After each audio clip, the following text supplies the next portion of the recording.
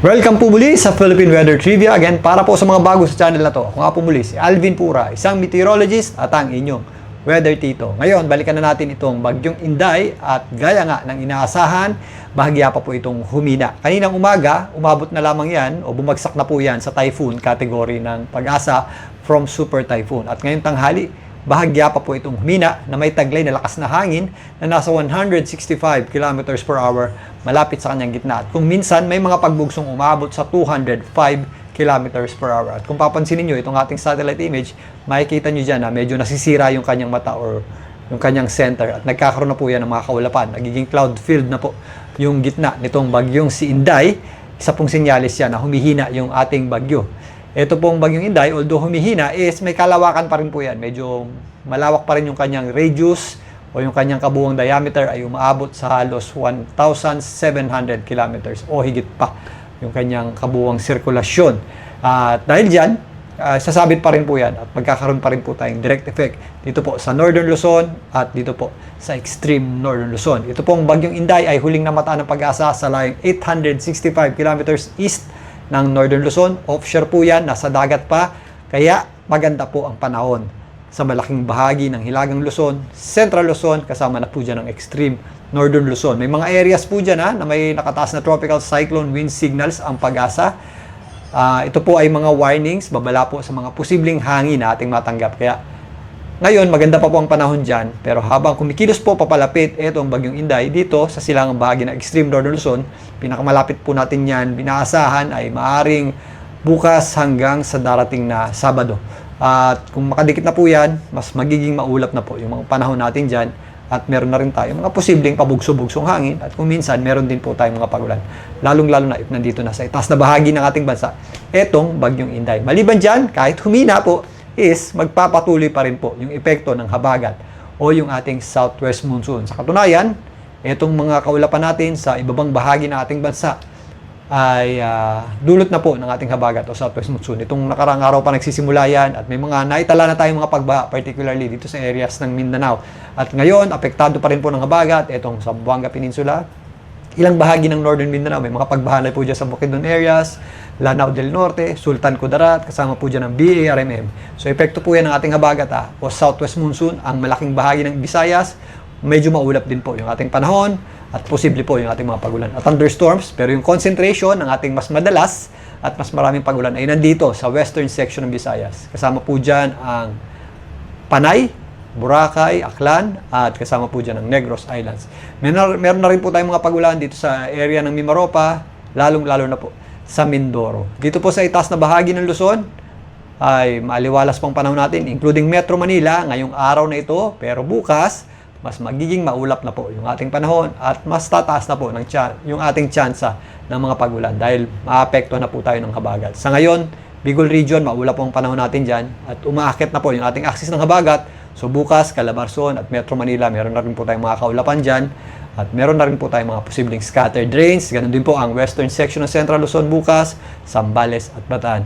Ito po yung ating axis ng habagat. Habang umaakit po yung bagyo, aakyat din po yan. So mas madadagdagan po yung ating mga pagulan dito sa Luzon bukas. Patungkol nga dyan sa mga binabanggit nating pagulan, narito ang heavy rainfall warning advisory ng Pag-asa. Mula nga bukas hanggang sa darating na Sabado, posible pa rin po yung ating mga moderate at kung minsan, malalakas sa pagulan dito po sa area ng Lanao, kasama po dyan ang Negros Island region, ang area po ng Panay Islands, Mindoro, Northern Palawan, kasama po dyan ang malaking bahagi ng Palawan, Cavite at Batangas, Zambales at Bataan, maging dyan po sa area ng Batanes. Ito pong Batanes ay direct effect ng ating bagyong si Inday. Ito naman pong nasa western section ng ating bansa ay mga pag-ulan dulot ng ating habagat. Possible din po yung ating mga heavy at kung minsan intense rains sa Occidental Mindoro, kasama po dyan ang Antique bukas hanggang sa darating na Sabado. Again, ito pong mga areas na walang mga kulay, Visayas, northern part ng Mindanao at Zamboanga Peninsula, Bicol Region, Calabarzon, Metro Manila, Central Luzon,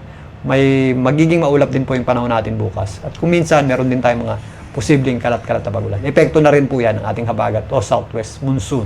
At sa darating na Sabado hanggang Linggo, mas madadagdagan pa yung ating mga pagulan dito sa western section ng Luzon kahit papalabas na ang bagyong Inday. May mga pagulan na rin po tayo dyan sa Ilocos Region, including La Union, Pangasinan, mga possible moderate o times heavy rains, kasama na rin po dyan ang Tarlac, Pampanga, Bulacan, including Metro Manila. So, kahit palabas na or kahit nakalabas na ng ating area of responsibility, mas madadagdagan pa yung pag-ulan natin sa Metro Manila, Cavite at Batangas, Zambales at Bataan, Mindoro, lalong-lalo na sa Occidental Mindoro. Nandyan po yung ating mga heavy to intense rains. Kasama na rin po dyan ang areas ng Romblon, maging ang Palawan, at ito pong isla ng Panay, meron pa rin tayong mga pag-ulan dyan. So narito naman ang tropical cyclone, wind signals na Pag-asa. Signal number 2 na po tayo, dyan sa may area ng Batanes. Number 1 po sa Babuyan Group of Islands, Cagayan, Apayao, Ilocos Norte, kasama po dyan ang Abra, Kalinga, Mountain Province, Ifugao, Isabela, Quirino, Aurora, at ito pong area ng Catanduanes dahil medyo nakausli po yan dito sa ating mapa. Again, generally, fair weather po tayo dito sa hilagang bahagi ng Luzon sa ngayon.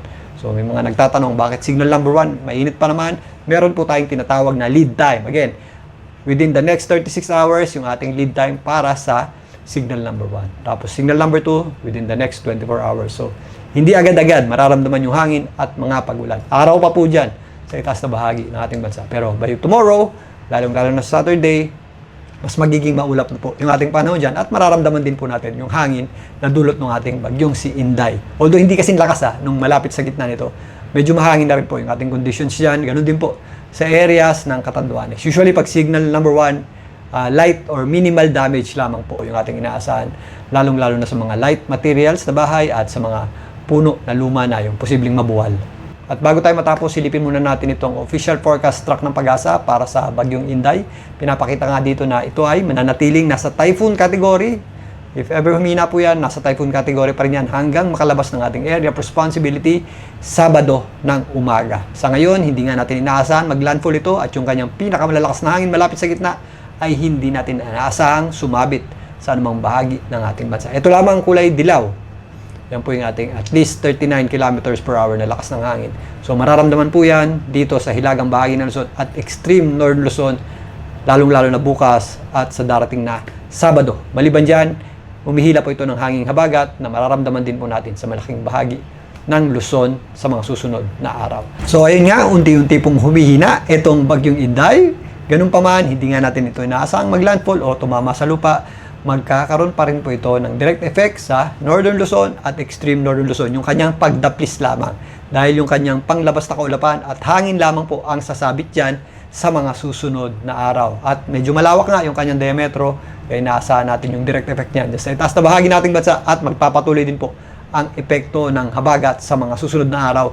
At kahit makalabas na ng ating area of responsibility, ito pong bagyong Inday, maaari pang mas madagdagan yung ating mga pag-ulan, particularly dito sa western section ng Luzon sa weekend hanggang sa susunod na linggo. Balikan natin ang bagyong Inday bukas. Muli ito po ang inyong Weather Tito para sa Philippine Weather Trivia.